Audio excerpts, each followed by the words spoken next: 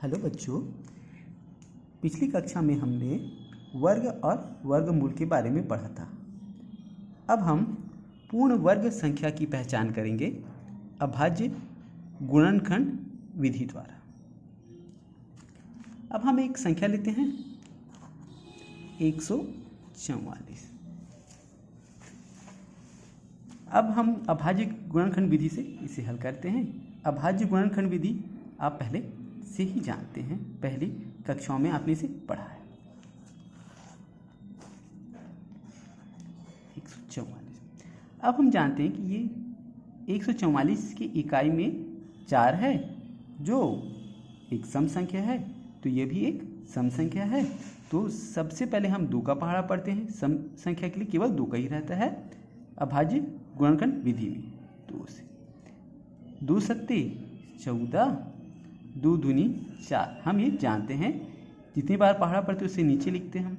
2 सत्ते 14 और 2 दूनी 4। हमको प्राप्त हुआ 72।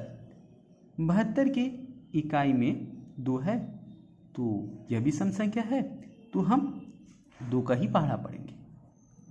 2 तिया 6 बचा 1 और ये होगा 2 छक्का 12। ध्यान दीजिए, रफ मैं यहाँ पे लिख देता हूँ।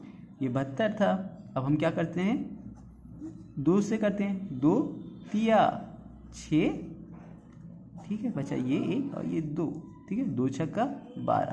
तो हम ये सिर्फ रफ समझाने के लिए है, क्योंकि हम ये पहले ही पढ़ चुके हैं, ठीक है। अब हमें प्राप्त हुआ 36। इसके इकाई में भी 6 है, जो एक सम संख्या है, तो हम 2 का ही पहाड़ा पढ़ेंगे। 2 एकम 2 बचा 1 और ये 6, ये कितने हो गए 16। 2 अट्ठे 16। अब हमें प्राप्त हुआ 18। 18 की इकाई में 8 है, ये सम संख्या है, तो हम 2 का पहाड़ा पढ़ेंगे। 2 निया 18। अब हमें 9 प्राप्त हुआ। 9 विषम संख्या है, तो सब विषम संख्याओं के लिए हम 3 का पहाड़ा पढ़ते हैं। सबसे छोटी 3 का पहाड़ा पढ़ेंगे। 3 तिया 9। अब 3 आया तो 3 से पढ़ें। 3 एकम 3। तो हमें 144 के अभाज्य गुणनखंड प्राप्त हो गए। तब 144 के अभाज्य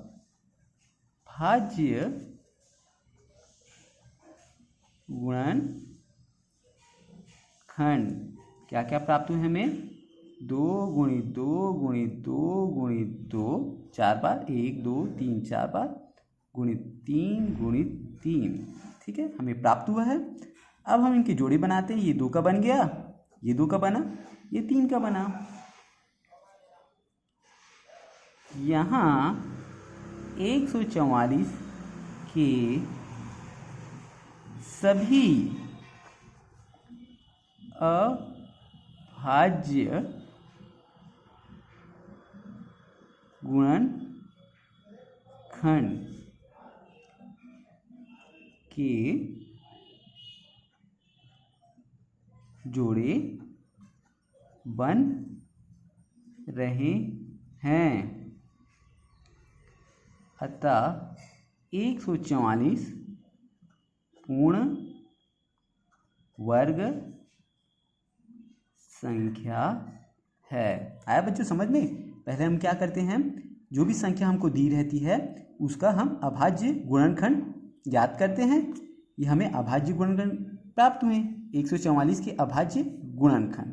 अब हम क्या करते हैं, इसके जोड़े बनाते हैं, ठीक है।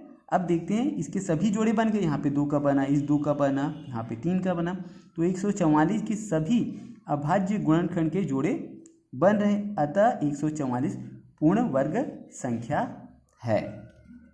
अगर अब हम यहीं से एक और हल भी कर सकते हैं। 144 का वर्गमूल हम यहाँ से ज्ञात कर सकते हैं। अब जो भी हमको जोड़े प्राप्त हुए हैं उसमें से हम एक एक अंक लेते जाते हैं। यहाँ 2 का जोड़ा बना है, तो हम 2 लेते हैं। इस जोड़े से केवल 2 आया। ये 2 का दूसरा एक जोड़ा है, तो यहाँ से भी हम 2 लेते हैं। ये 3 का जोड़ा है, तो यहाँ से हम 3 लेते हैं, ठीक है। अब इन्हें आपस में गुणा करते हैं। 2 दूनी 4, 4 तिया 12, हमें 12 प्राप्त हुआ। अर्थात 144 का वर्गमूल क्या होगा? 12 होगा। तो आया बच्चों समझ में? हम इस विधि से पूर्ण वर्ग संख्या के बारे में भी जान सकते हैं तथा वर्गमूल भी ज्ञात कर सकते हैं।